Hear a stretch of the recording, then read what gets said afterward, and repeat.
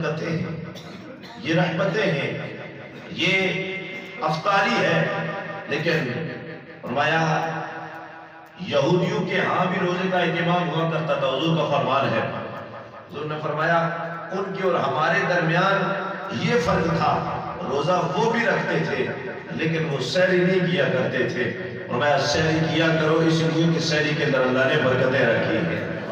میں چاہے ایک کھجور ہی کیوں نہ کھاؤں، اس لیے کہ یہ عبادت ہے۔ تمہارے ہاں دسترخوان پر کھانے موجود ہیں، روٹی موجود ہے، سالن موجود ہے، چائے موجود ہے، تم اسے کھانا دیکھ رہے ہو، یہ کھانا نہیں ہے بلکہ سحری کرنا اللہ عبادت کا ثواب عطا فرماتا ہے۔ اس لیے کہ عام دنوں کے اندر مجھے اور آپ کو جب بھوک لگتی ہے، نماز فجر ادا کی تو ناشتہ کر لیا، اگر طبیعت نہیں ہے تو تلاوت کر کے سو گیا، 8 بجے اٹھ کے ناشتہ کر لیا۔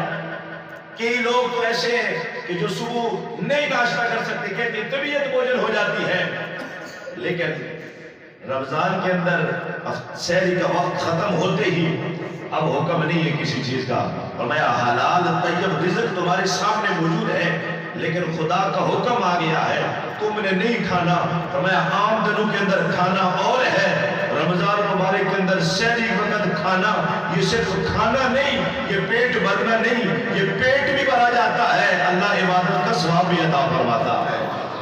اس لیے حضور نے فرمایا چاہے ایک کھجور ہی کھاؤ، سحری ضرور کھایا کرو۔